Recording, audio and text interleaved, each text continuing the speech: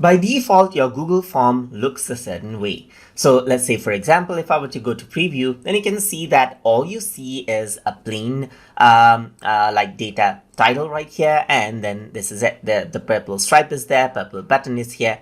But if you want to change up the look, then what you need to do is you need to click on the customize theme option right here. And once you click, you can go around and choose a color that you want right here. So you want it red, or you want it, let's say, for example, sky blue right here, or you can add in custom color over here as well and select out a color of your choice and press add, and then that particular color will be applied.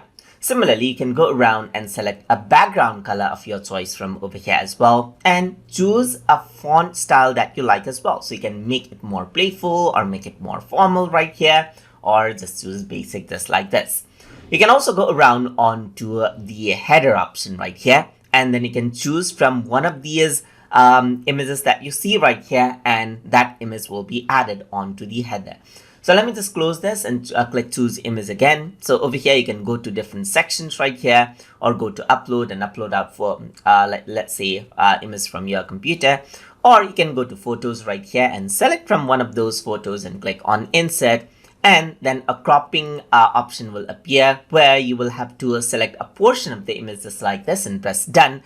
And then what happens is that that particular picture will be inserted on your particular form, as you can see right here. So you can go around and select out different themes from that particular image as well. So it is loaded right here. So if I were to go to preview now, you can see that the form looks much more different than what we originally started with. And that is how we can work around with themes to change up the color scheme and add in images according to how you like it.